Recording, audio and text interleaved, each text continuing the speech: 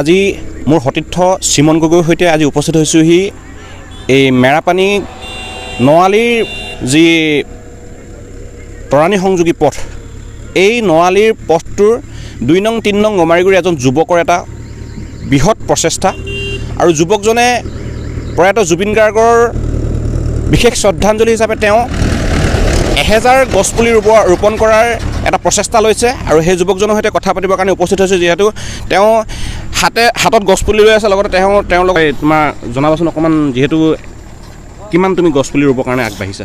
মই 1000 জোপা পুলি জুবিন দাৰ স্মৃতিত লগাম বুলি ভাবিছোঁ।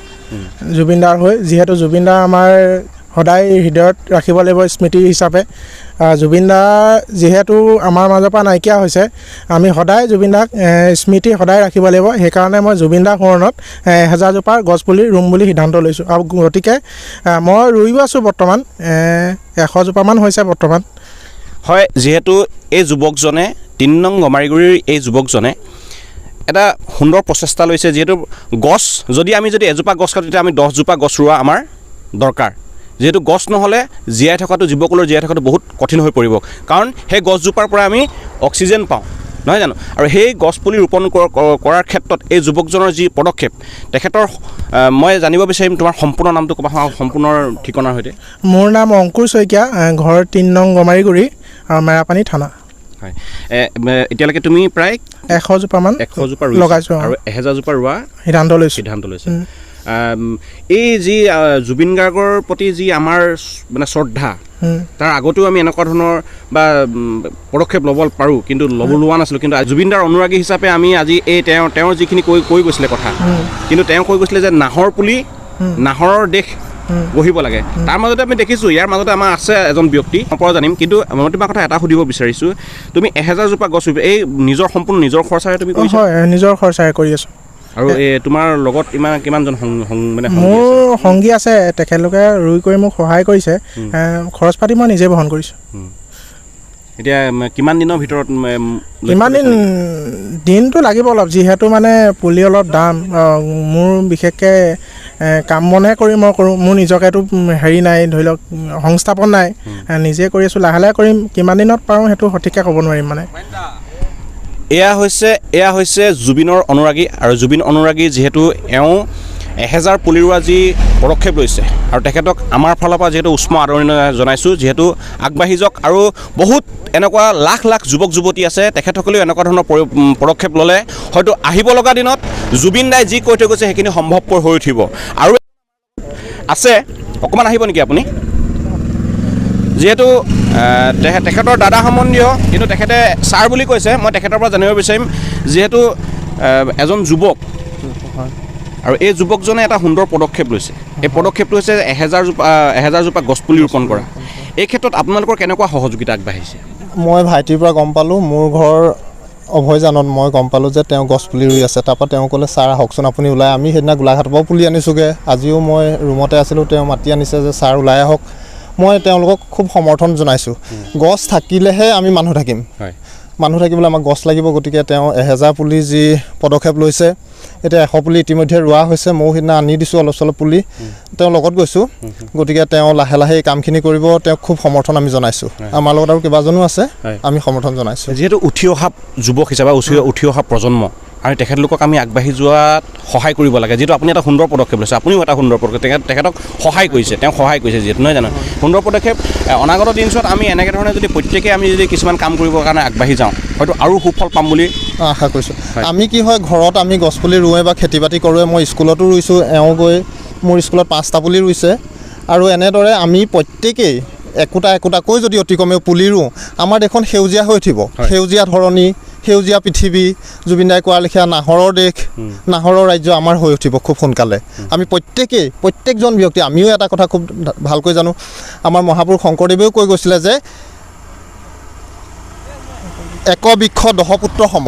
মই খুব সেই কথাটো বিশ্বাস কৰোঁ। মই তেনেকৈ ভাগৱত বা অধ্যয়ন কৰা নাই, আনৰ মুখেৰে শুনিছোঁ যে একবৃক্ষ দহপুত্ৰ সম মই মিটিঙে মাতাঙেও কথাটো কৈ থাকোঁ কিমান শুদ্ধ নাজানো মই নিজেও সেই কথাটো উপলব্ধি কৰোঁ যে আমি যেনেকৈ সন্তান বা আমি পৃথিৱীলৈ মানৱ আনিম সন্তান আনিম তেনেকৈ আমাক গছ গছনি লাগিব খুব সেই কথাটো মই বিশ্বাস কৰি ময়ো তেনেধৰণে সেউজীয়া প্ৰকৃতি সেউজীয়া ধৰণী সেউজ পৃথিৱী কল্পনা কৰোঁ হয় এটা সুন্দৰ পৰিৱেশ যিহেতু আমি তেওঁৰ ভৱিষ্যত উজ্জ্বল কামনা কৰিছোঁ যিহেতু যুৱক লগত আছে চিনি পাইছে নিশ্চয় ৰূপম গগৈ সৰু মানে আজি কেইদিনমানৰ আগতে তেওঁ চাইকেলেৰে লাডাখলৈ যাত্ৰা কৰিছিলে নহয়নে হয় লাডাখলৈ যাত্ৰা কৰি তেওঁ কেনেকুৱাখিনি পালে আৰু লগতে তেওঁ এটা শুদ্ধ মানে ভাল কাম কৰি আছে তেওঁ নাহৰৰ গছপুলি ৰোপণ কৰি আছে কি ক'ব এই ক্ষেত্ৰত কি ক'বা নাহৰ গছজোপা একচুৱেলি আমাৰ প্ৰায় মানুহৰ ঘৰত লগাব লাগে নাহৰ গছ এজোপা মূল্যৱান বহুত মূল্যৱান গছ প্ৰায় মানুহে নাজানে আমাৰ ইয়াত প্ৰায় নাজানে সেইটো গছজোপা কিমান মূল্যৱান বহুত বেছি মূল্যৱান এজোপা গছ হয় আৰু সেই গছজোপা প্ৰায় জুবিন দাই ভাল পাইছিলে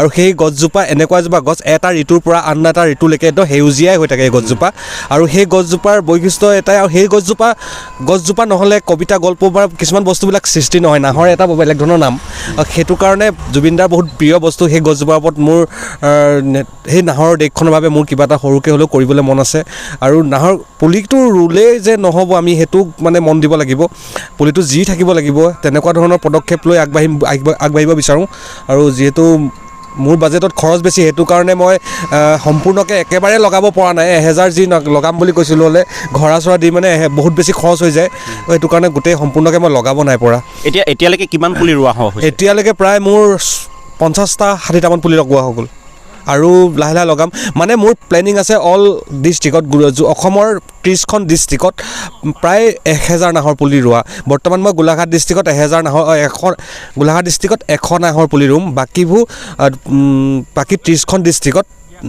900 পুলিটো কমপ্লিট কৰিম আৰু এই যি ওচৰৰে 3 নং গমাৰী যুৱকজনে যি সুন্দৰ এটা পদক্ষেপ কি ক'বা এই ক্ষেত্ৰত নহয় তেওঁ এটা ভাল পদক্ষেপ লৈছে গছপুলি ৰোৱা গছপুলি প্ৰায় মানুহে আমি গছ মানে প্ৰকৃতিৰ ওপৰত যিটো সজাগতা সৃষ্টি কৰিব লাগে তেওঁ সজাগতামূলক কাম কৰিছে ভাল কৰিছে তাৰ ওপৰত তেওঁক মই এইটোৱে ক'ম আৰু এনেদৰে কৰি যাওক ভৱিষ্যতে গছ চছবিলাক কটাটো বন্ধ কৰিব লাগিব ৰোৱাতকৈও কটাও বন্ধ কৰিব লাগে আমি এইবিলাক যেনেকৈ ধৰণে আমি গছ কাটন নতুন মানে যি আমাৰ ডেভেলপমেণ্টিঙৰ নামত চৰকাৰে যি ধৰণে গছ কাটি গৈছে তো সেই তেনেকৈ ধৰণে আমি নিজৰ ঘৰতো কিবা কিবি সৰু সৰু কামত গছবিলাক বহুত কাটি দিওঁ তো সেইবিলাক বন্ধ কৰিব লাগে আৰু গছ এজোপা ৰুই পেলাই তাক প্ৰতিপাল কৰি ডাঙৰ কৰাটো চবতকৈ ডাঙৰ কথা এটা ল'ৰাৰ ডাঙৰ কৰা নিচিনা এজন ল'ৰা ছোৱালী ডাঙৰ কৰা নিচিনা একেই হয় তো সেইটো কাৰণে জীয়াই থাকিব লাগে গছবিলাক আচলতে মানে শাস্ত্ৰত কৈ থৈ গৈছে এক বৃক্ষ দশপুত্ৰ সম হয়নে নহয় মানে এজোপা গছৰ পুলি 10জন পুত্ৰৰ সমান গতিকেলৈ এজন পুত্ৰ বা এজন সন্তান ডাঙৰ দীঘল কৰোঁতে যিমানখিনি কষ্ট হয় এটা পুলিও ডাঙৰ দীঘল কৰোঁতে সিমানখিনি কাৰণ সেই পুলিটো বাচিব নাবাচিব আহাৰ পানী ইত্যাদি যেনেকৈ ধৰণে পাব লাগে নাপাবও পাৰে কিন্তু আমি পুলিখিনি ৰুই যাম হয় বা তেওঁলোকে পুলিখিনি ৰুই যাম তাক প্ৰতিপাল কৰি ডাঙৰ দীঘল কৰাটো প্ৰত্যেকজন অসমীয়াৰ প্ৰত্যেকজন সচেতন ব্যক্তিৰ দায়িত্ব বা কৰ্তব্য এইটো দায়িত্ব আমাৰ আৰু কৰ্তব্য হয় আৰু গছপুলি দেখিছোঁ আমি ঘাঁহ দেখিছোঁ তাত আমি গৰু ছাগলী বন্ধাটো নিষেধ সেইটো এৰিব লাগে এৰাই চলিব লাগে গছপুলি আছে তাত ধুনীয়াকৈ চাফ চিকুণতা কৰি আপুনি গছপুলি এটা ৰাস্তা ক'ৰবাত দেখিলে তাত ঘৰা মানে সেই জেগাডোখৰ চাফ চিকুণ কৰি ধুনীয়া প্ৰতিপাল কৰিব লাগে গছপুলি কাটি দিব নালাগে কেতিয়াও গছ বহুত প্ৰয়োজনীয় বস্তু আচলতে সেই কৰ্মভাগী আমাৰ প্ৰতিজন অসমীয়া বা প্ৰতিজন সচেতন ব্যক্তিৰ দায়িত্ব এয়া হৈছে 2 নং 3 নং গমাৰিগুৰি যিজন যুৱক উঠি অহা এজন যুৱ প্ৰজন্মৰ যি কৰ্ম তেখেতক নথৈ শলাগ ল'বলগীয়া কাৰণ আহি থকা মানে সময়ছোৱাত আৰু উদ্যমতাৰে তেখেতে কাম কৰি যাওক আৰু প্ৰতিজন ব্যক্তিয়ে এই মানে গছপুলিবিলাক ৰোপণ কৰাৰ পিছত যিখিনি সংৰক্ষণ দিব লাগে প্ৰত্যেকজন ব্যক্তিয়ে যাতে প্ৰত্যেকজন মানুহেই এই পুলিখিনি যাতে মানে সংৰক্ষণ কৰাত সহায় কৰিব বুলি তেওঁবিলাকৰ আশা